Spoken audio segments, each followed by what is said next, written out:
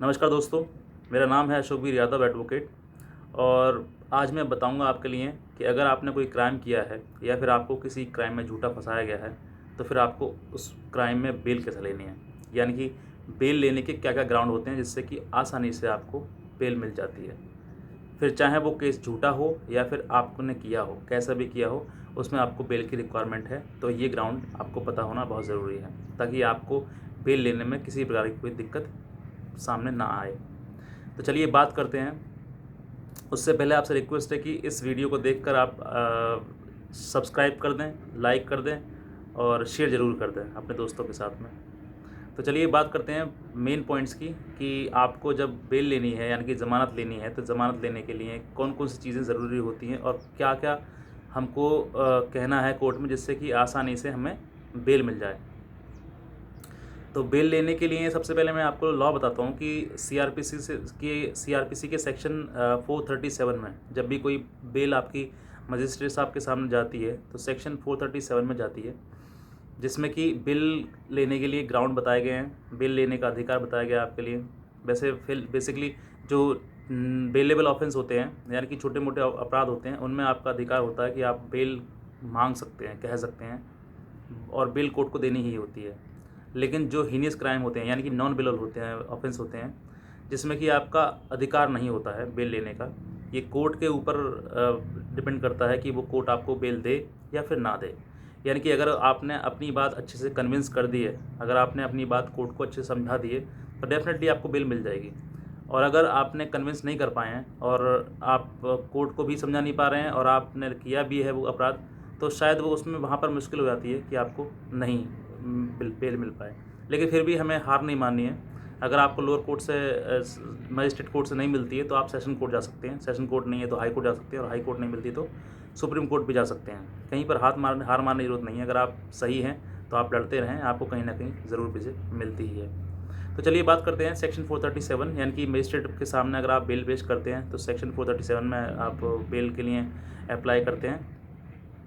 दूसरा ऑप्शन है, अगर आपके अगेंस्ट कोई एफआईआर दर्ज हो गई है और एफआईआर दर्ज होने के बाद आप फरार हैं, आप जेल नहीं गए और चार्जशीट लगने का समय चल रहा है, चार्जशीट लगनी है उसमें, तो आप इंटरिम बेल के लिए एंटिसिपेटरी बेल के लिए आप अप्लाई कर सकते हैं। और एंटिसिपेटरी बेल यानी कि सेक्शन 438 में आती है, उसके लिए आप अप्लाई कर सकते हैं। और अगर मजिस्ट्रेट कोर्ट से आपकी बेल डिसमिस हो गई है यानी कि खारिज हो गई है तो आप सेक्शन 439 यानी कि सेशन कोर्ट या फिर डिस्ट्रिक्ट कोर्ट में आके आप अप्लाई कर सकते हैं, वहाँ से आपको बेल मिल सकती है।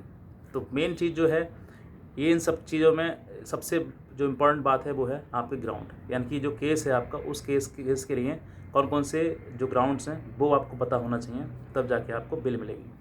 आर्ग्यूमेंट करते हैं एडवोकेट साहब हैं आपके, उनसे भी आप बता सकते हो, या कोई आप एडवोकेट देख रहे हैं वो भी आप चीज़ें सुन सकते हैं, तो बता सकते हैं कि क्या क्या ग्राउंड उसको ज़रूरी है। सबसे पहली बात, अगर आप पढ़े लिखे हैं, अच्छे घर से परिवार से हैं, जो भी है, नहीं है तो बताएं कि सीधे साधे हैं, तो कोर्ट को सबसे पहली बात आनी है कि मैं एक पढ़ा लिखा इंसान हूँ और कानून में विश्वास करने वाला व्यक्ति हूँ, और मैं एक अच्छा रेस्पेक्टेड पर्सन भी हूँ साथ साथ में।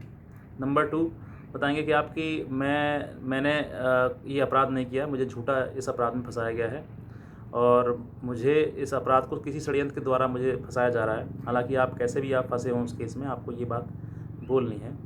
नंबर 3 बोलनी है आपको कि अगर कोर्ट मुझे बेल देती है तो मैं उसके लिए 2 श्योरिटी यानी कि 2 श्योरिटी देने के लिए तैयार हूँ, यानी कि ज़मानती श्योरिटी, यानी कि 2 यूपी में चलती हैं, बाकी दिल्ली में 1 चलती है, बाकी अदर केस जो स्टेट है वो किसी में 1 किसी में 2, वो आप देख लें लोअर कोर्ट में कितनी श्योरिटी मांगते हैं। बेसिकली यूपी में 2 मांगते हैं। तो बताएं कि आपको मैं 2 श्योरिटी देने के लिए तैयार हूँ। और नंबर 4 बताएंगे आपको कि आप जब भी कोर्ट बुलाएगी आपको डेट पर, तो मैं हर डेट पर हर बार हाजिर होता रहूँगा लगातार।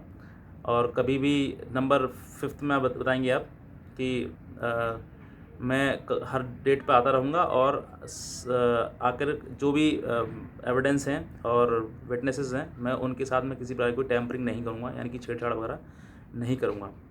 तो उसके लिए आप ये सब बता सकते हैं, और मैं हर बार जब भी हुआ उसके लिए लगातार कोर्ट में पेश होता रहूँगा। तो तो ये सब आप चीज़ों का ध्यान रखेंगे और ध्यान रख के अगर आप कहते हैं कोर्ट के सामने, तो डेफ़िनेटली आपके लिए बेल कहीं न कहीं आपको मिल ही जाएगी। और इसके लिए दूसरा एक और है, अगर आप जिससे चाहते हैं तो अपने जो लॉयर्स हैं उनको अच्छे से अपने जो केस के बारे में है वो डिटेल कंप्लीट बता दें उसको, ताकि वो अच्छे से एक बेल के लिए प्रिपेयर कर सकें, ताकि उसका जो ग्राउंड है वो अच्छे से कवर हो जाए। तो ये चीज़ सब बेसिकली ध्यान रखने वाली बातें हैं। बाकी वीडियो अच्छी लगी हो आपको तो प्लीज़ शेयर करें, लाइक करें और सब्सक्राइब तो ज़रूर ही करें। Thank you so much.